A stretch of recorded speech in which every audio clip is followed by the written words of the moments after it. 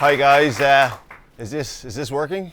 Yeah, it's good. Look, delighted to be here. It's great to see that the draw of some free whiskey on a Friday afternoon still gets people interested. So delighted to be here. I'm here just to tell you a little bit about who we are, what we're trying to do, and at the same time maybe impart some nuggets of information linked into the rich provenance and heritage of Dublin and Ireland in the evolution of global whiskey, because there's lots of hidden stories and messages that have been lost along the way, and we're lucky, myself and my brother, we're just the latest generations of Teelings involved in the industry, and we're trying to put our own mark on it. And we like to say we're respectful to the past, but we're confident to forge a new future.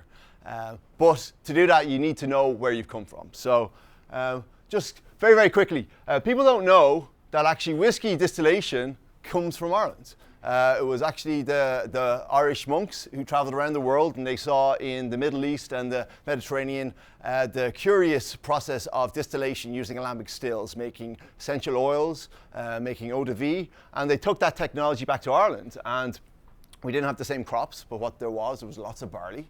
And they soon figured out that the resulting spirit or liquid had medicinal values, and that technology moved all around the world. So it went to Scotland, it went everywhere else. But it was very much a mom and pop, very, very small production. So it literally was on farms, really catering for the local community. But a couple of different things changed from the 18th to the 19th century. Our family first started in 1782.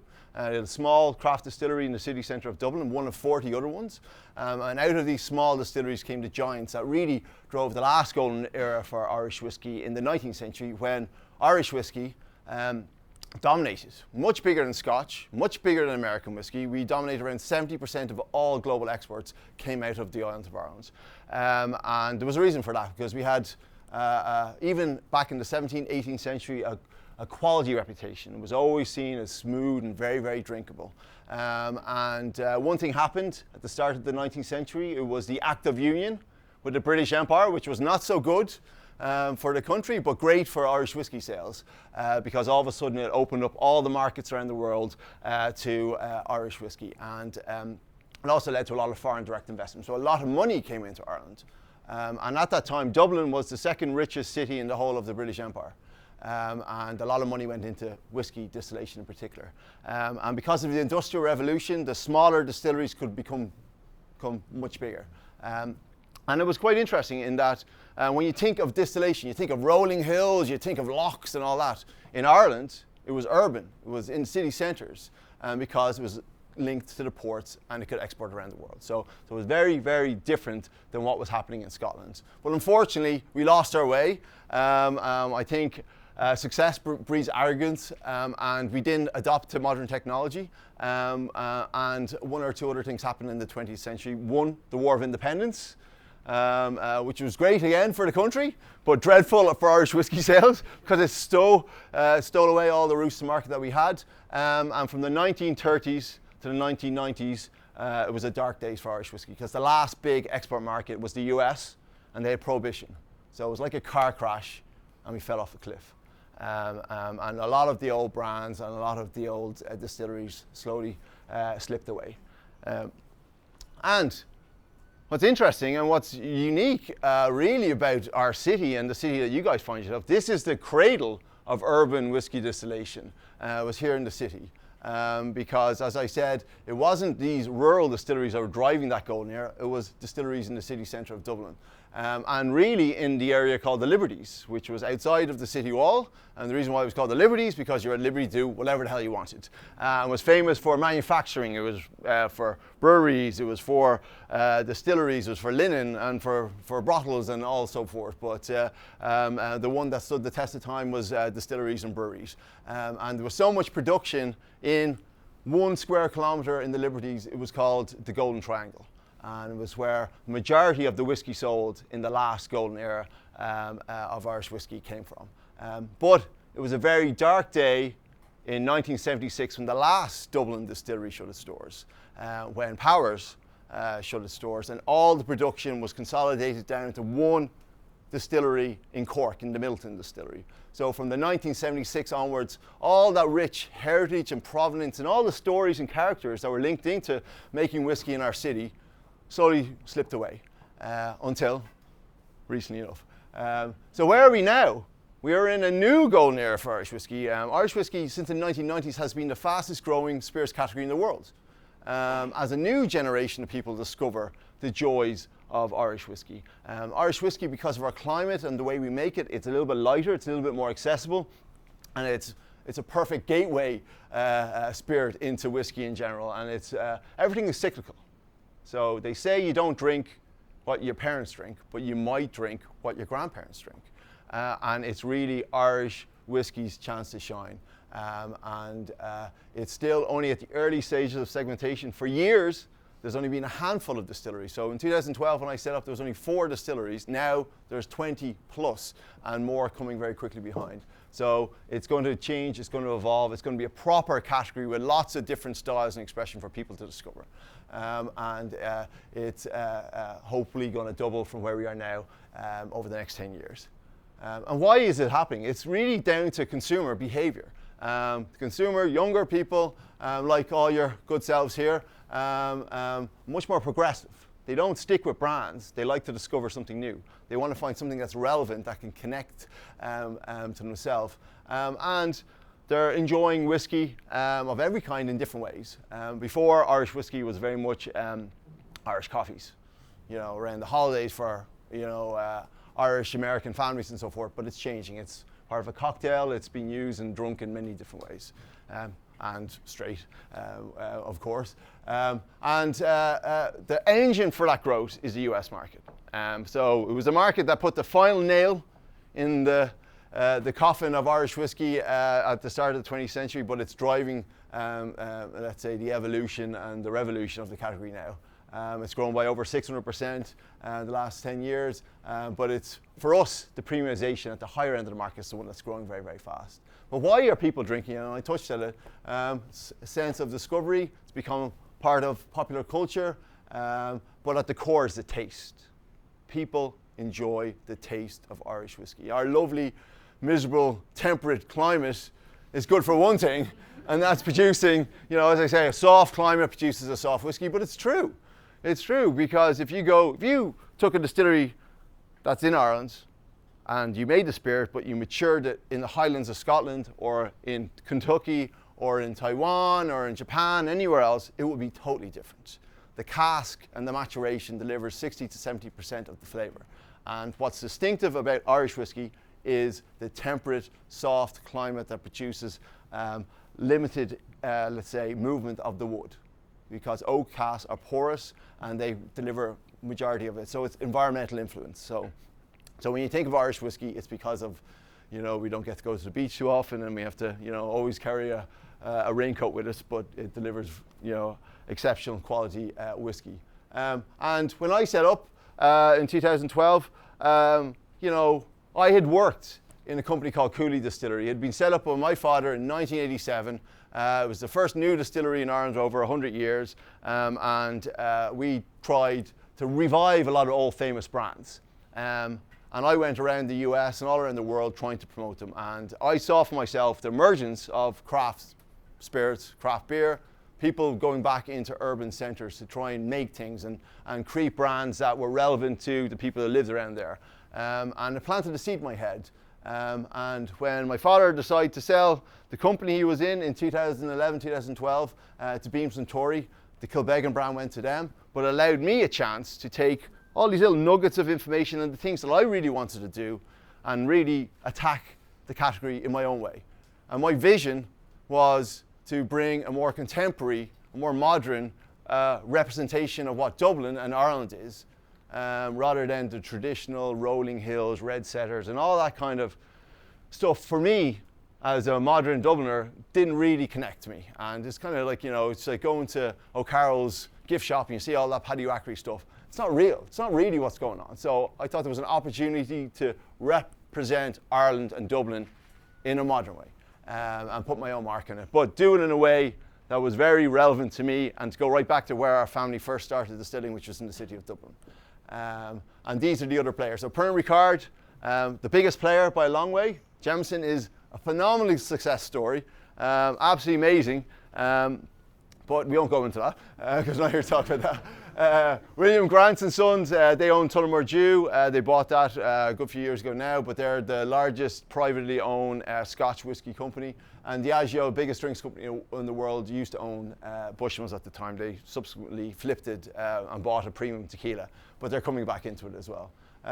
So the concept was to do something different and to do something very unique, and that was to come back to the city centre of Dublin and do it. So, as I said, all about being contemporary, urban, innovative, celebrating my own unique provenance, and doing something a little bit different. But at the core of it was to get back into production as soon as possible. But also, as we said, whiskey is a very traditional category. You can't treat whiskey like a white spirit, like a vodka or a gin, because of all the history and so forth. If you look at all the old brands that are there, they've been around for hundreds of years. So you're competing against that. And there's certain consumer expectations of what it should look like. So we see ourselves as the disruptor of Irish whiskey, but at the same time, you probably go, you're quite traditional, because that's what people expect. And if you go too far, people actually lose credibility and they think you're overcompensating for something crap in the bottle.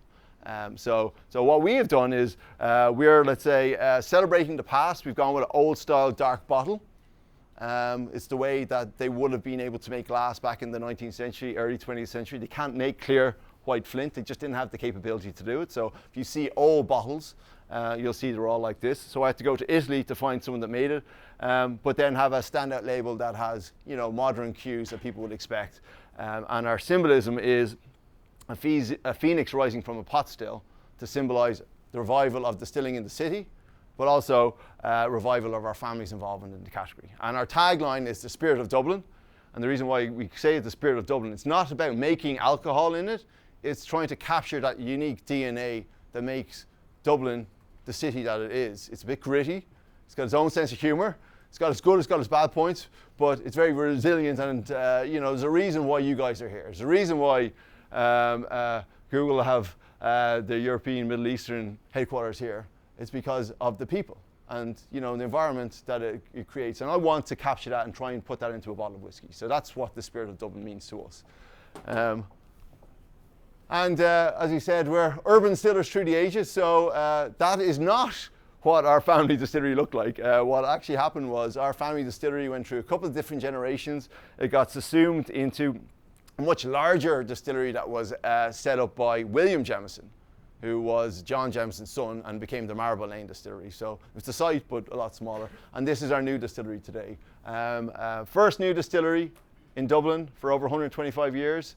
It took me nearly 3 years to get it built, just for planning reasons and so forth. Even though it has all that history and all the kind of old distilleries based around it, and one of the biggest breweries in the world in Guinness, it still was exceedingly difficult to get Dublin City Council to back me to be able to build a distillery, because they want to move industry like manufacturing, dirty manufacturing as they say it, out of the city. So it was a fight in our hands, but lucky enough it was worth the effort to get it, because it's our brand home.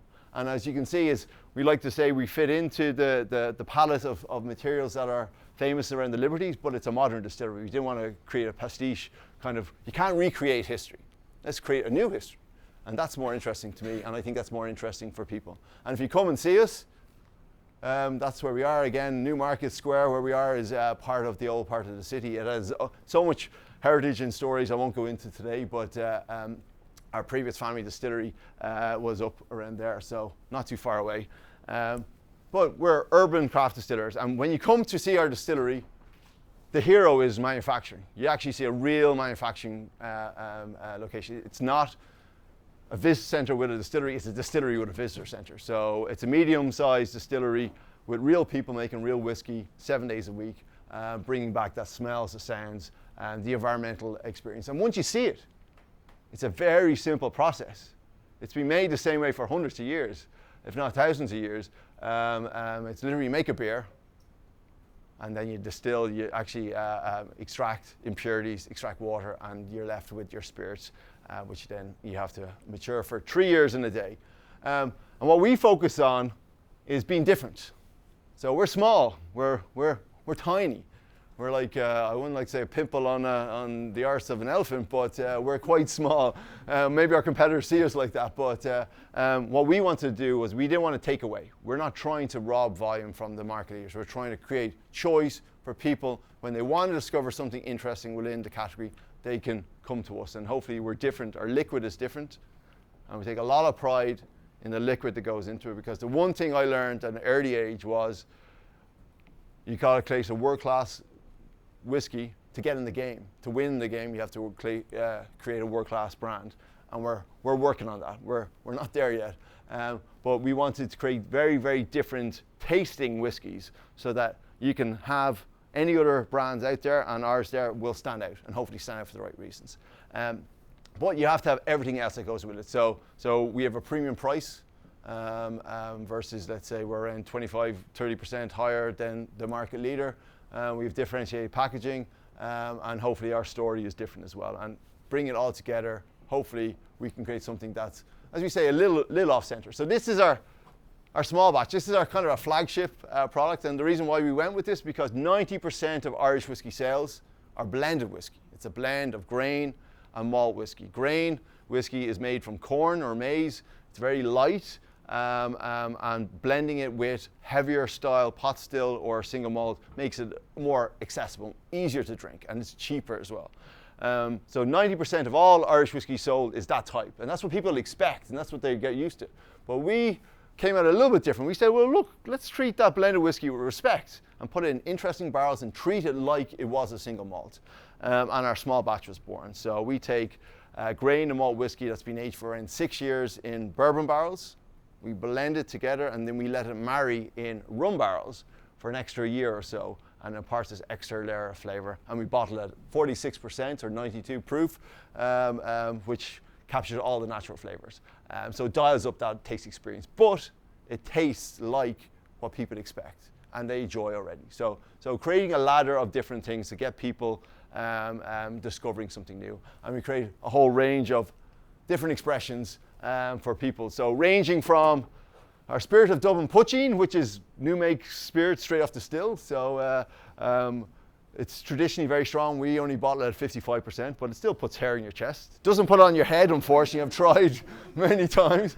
To our Teeling Trinity range, which is our small batch, and then we break the individual components into a bottling of single grain whiskey and single malt, again using very innovative casks to impart unique flavor. And then we're lucky we have some of the oldest Irish single malt available, and we've created a range of different expressions, all the way up to a 33-year-old, which to me is a piece of Irish whiskey history that we're just very lucky to be able to celebrate, and ties into celebrating the past, but at the same time doing something different. What have we achieved? You know, it's 6 years now, so it's better have done something by now. So we're the fastest growing Irish whiskey domestically, which I take a lot of pride in. So to be a real brand, you've got to be relevant to people in your backyard, and put a lot of time and effort in. And Irish whiskey 10 years ago, no one gave a damn. It was very much focused on bigger brands. They didn't really want to discover anything else, but it's totally evolved. It's totally changed. Now every bar, every restaurant takes pride in their back bar, and particularly Irish whiskey or Irish gin and everything else that's going on. So it's changed a lot, but we're delighted to be part of that evolution. We're exporting to over 60 international markets, but it's like the 80-20 rule.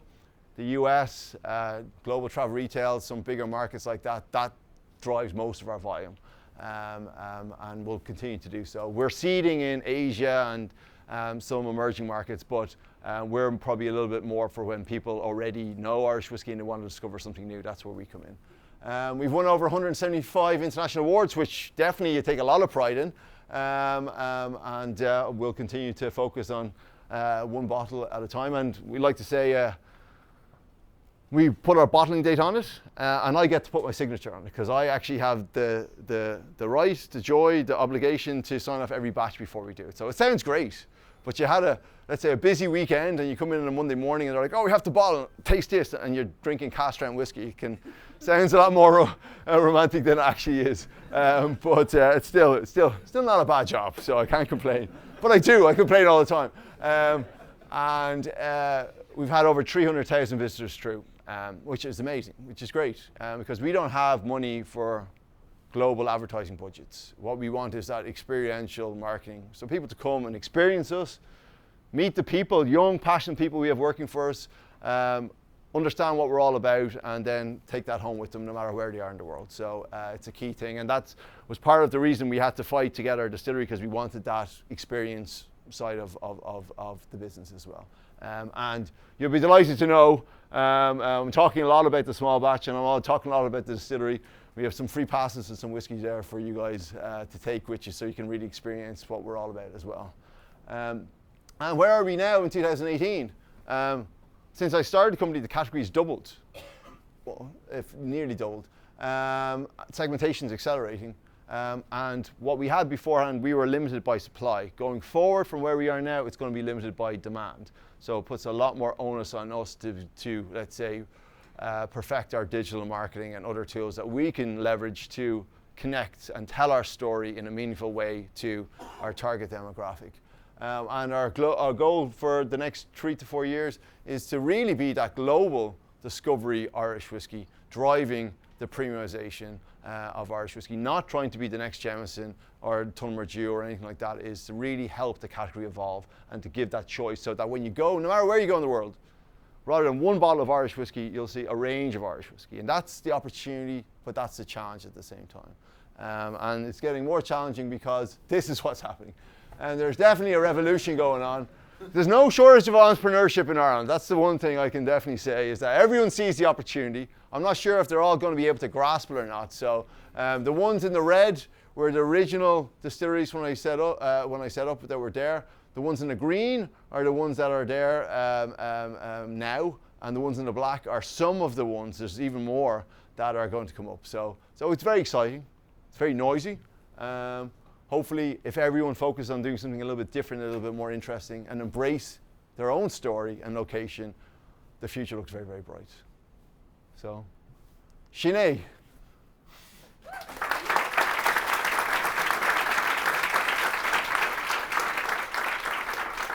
Am I on track? Actually, I'm ahead of track, so loads of questions.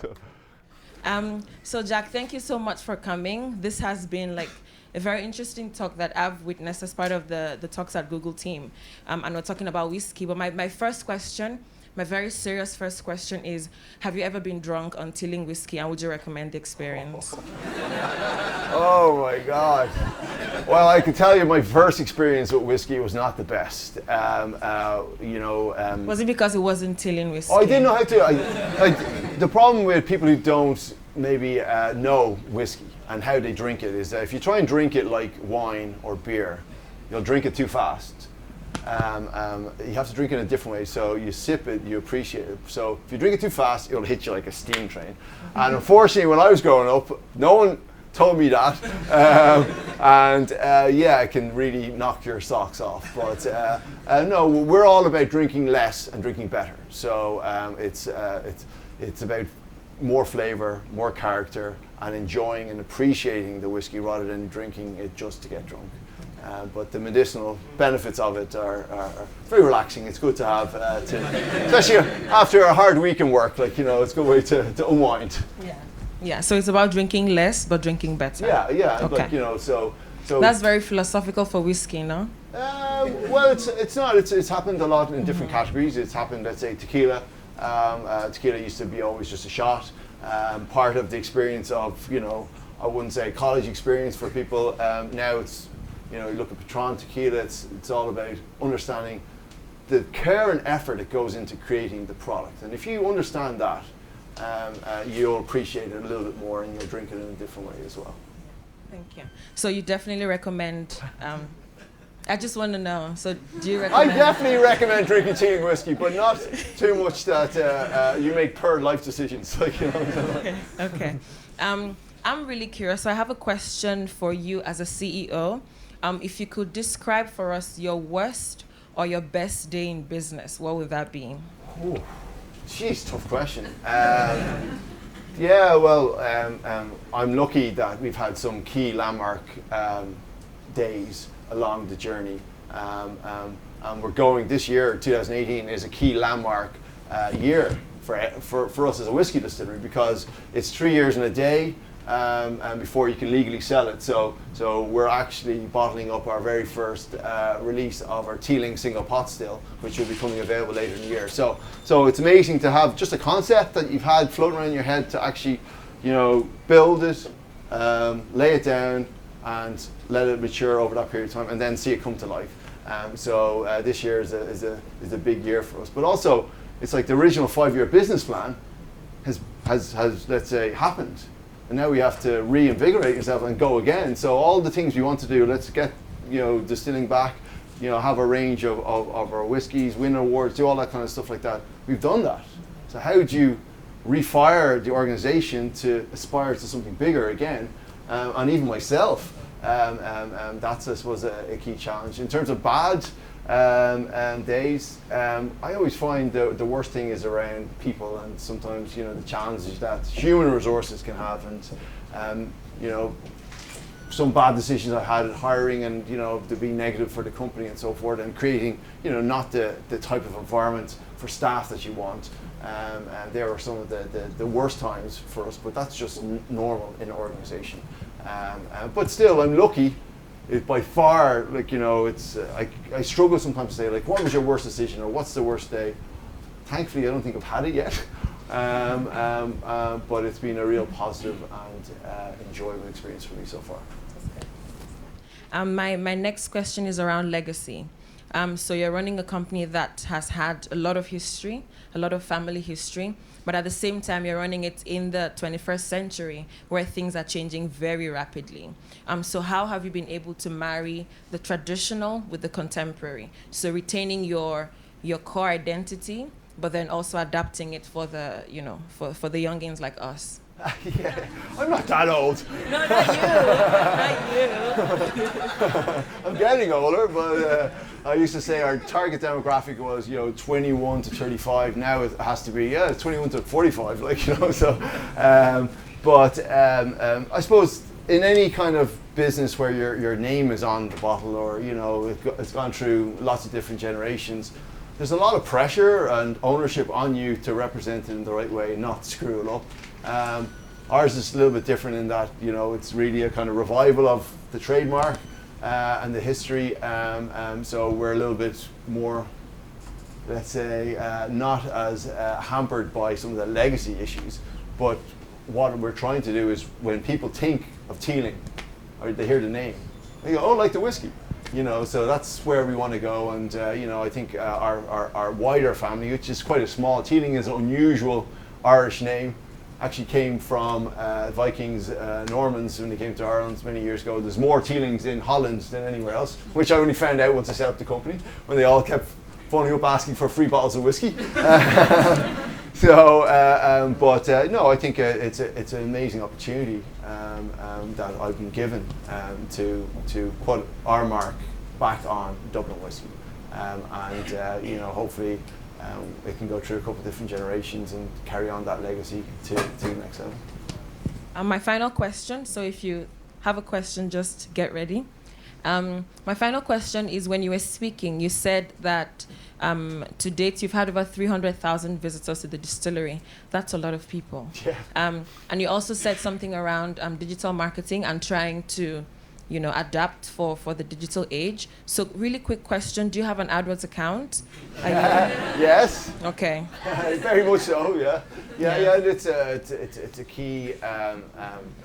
I'm just joking. It's a key medium for us, but it is, because the hardest thing is in our industry, there's so many, we don't have our own distributors. So, we have distributors, independent distributors around the world. And it's sometimes like Chinese whispers about you're telling your story.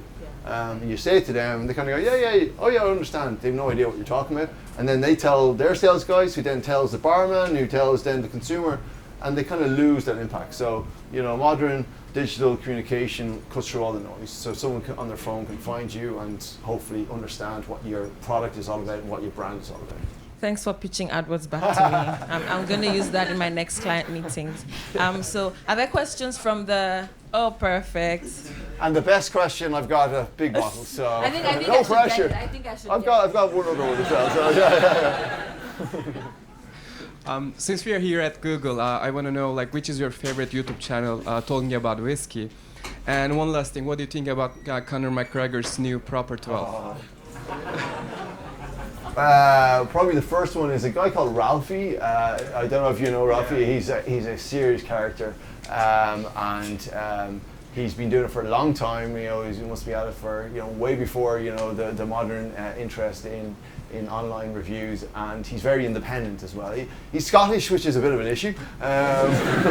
So he has this warped view of Irish whiskey, but I enjoy the way he does his tasting. Do you remember your score? We've got a couple. I think we did reasonably okay on the small batch. I think he likes the older expressions. Our single malt in particular, he gave us a good score. So, and then Conor McGregor. Conor McGregor is interesting when it was because he sent in his negotiator to us a couple of I would say maybe 2 years ago. A guy called Artem Lobev, who is the Russian Hammer. He's an MMA fighter as well, but he is a friend of Conor, and he was looking at getting supply of whiskey. Real negotiator. Real negotiator. It was funny. It was because he had no knuckles on his hand, and I was like, oh, he's only small. You're like, oh, maybe I can take him. And I said, not a chance.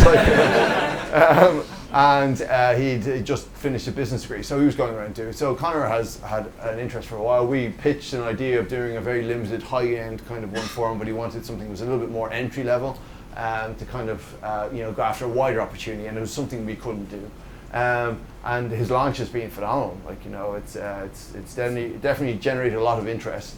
I'd be interested to see how that interest maintains over the weekends. But I was in a taxi, and he's an MMA fighter, the taxi driver, and he said guaranteed going to knock out in the first round. So he's putting his own money in it. So it could be an extra kick for his whiskey. But I think more people talking about Irish whiskey, it's good. Because it's still at the early stages of evolution, but we do something that's quite different than Conor. Hi, thanks first for your presentation, really engaging.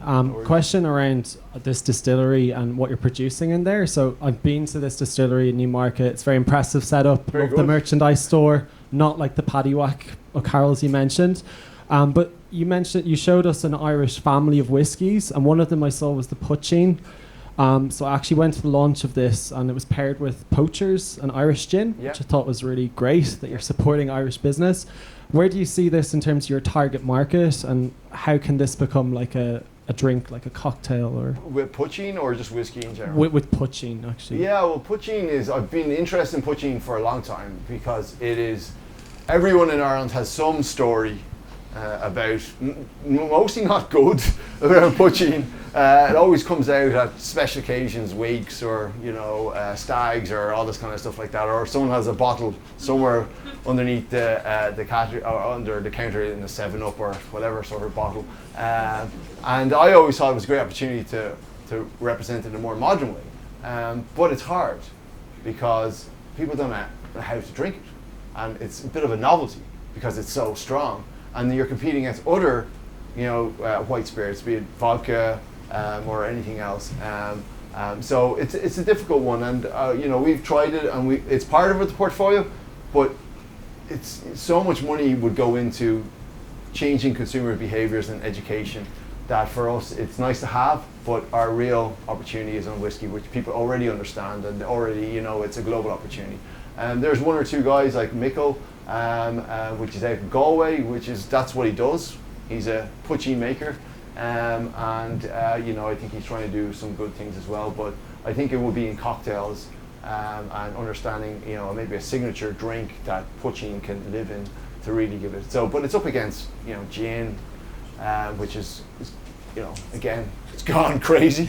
I'd like to see a future, because we have a GI, so it's a geographically protected terminology that's solely from Ireland.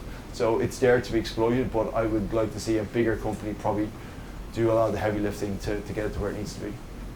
Thank you. My question is about how do you start, or how do you revive a distillery, presuming that you need to have a whiskey that's been aged for 12 years or 15, maybe even 25, and I know you're selling some 25-year-old whiskeys. And then in the same way, how do you deal with competition? How do you anticipate that people who are kids today are going to love your whiskey in 10 or 15 years, and that some other distillery is not going to come out with something revolutionary that you couldn't, deal with later. For example, I was thinking how Japan entered the whiskey market in 2010 or 2014 out of the blue, and now they're kind of leading it, getting the rewards. How do you deal with that? Yeah, I said no tough questions. yeah. So here we go. Like, how would you have whiskies and you're only a new distillery? And that's a very good question. And I was the managing director in Cooley when it was sold. I wasn't happy when it was being sold, so I was a little bit problematic, and I demanded a supply contract to be able to stay within the industry, which they gave, which was great. So there's no non-compete.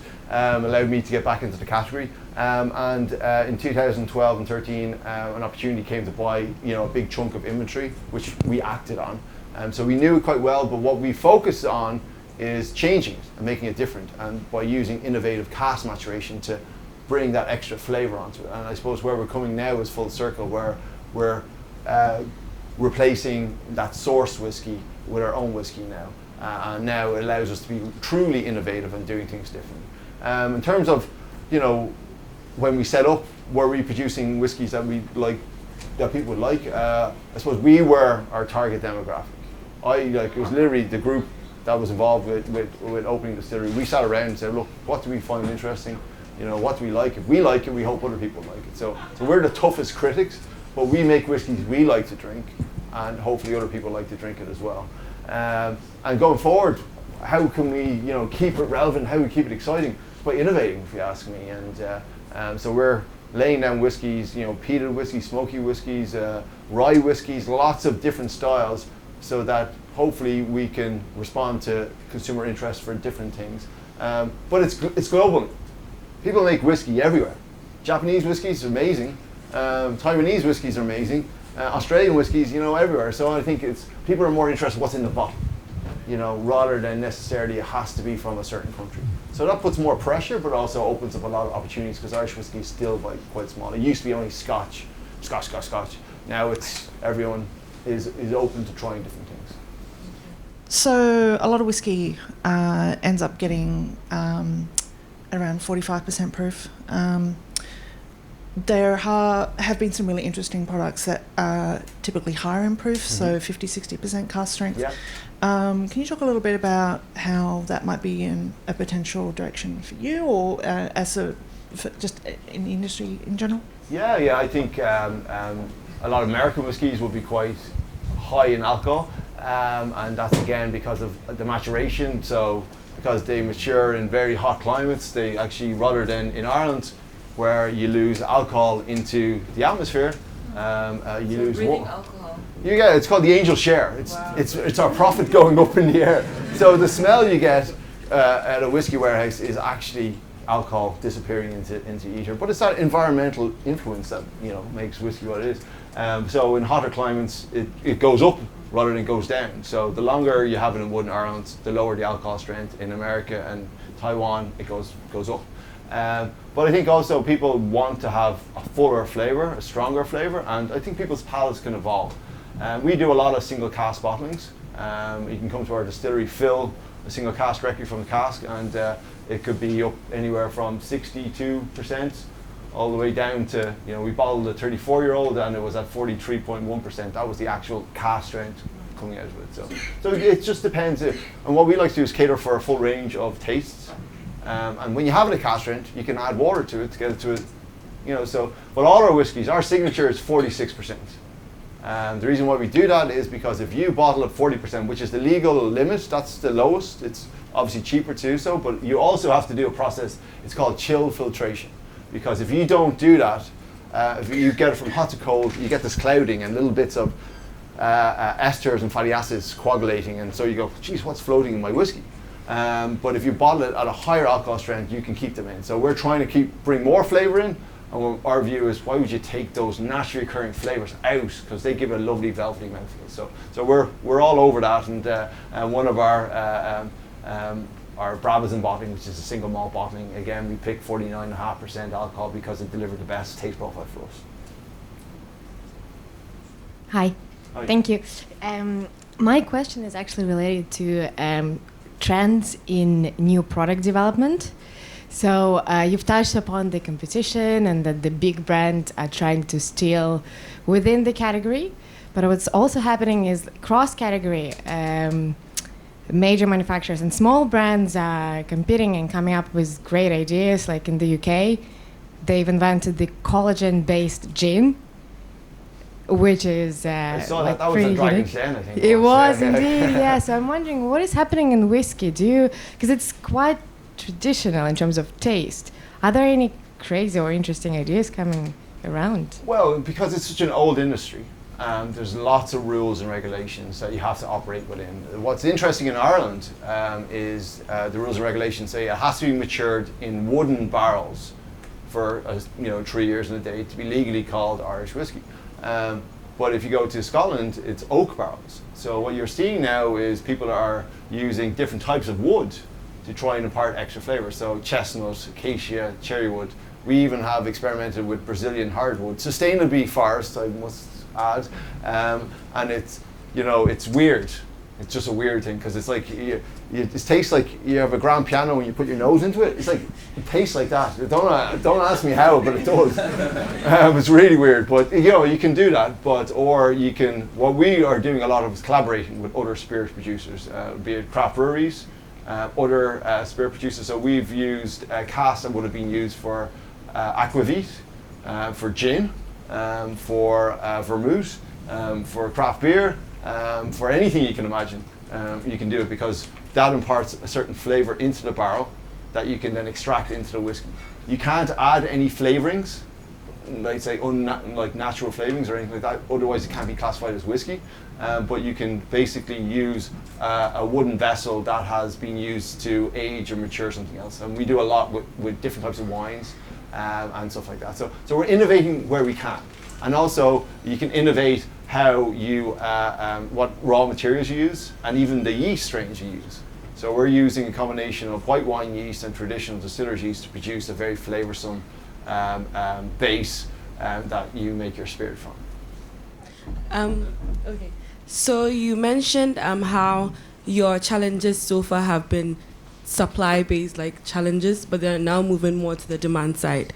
So I'm guessing that you're thinking about how to increase demand, and one way to do that is by scaling globally.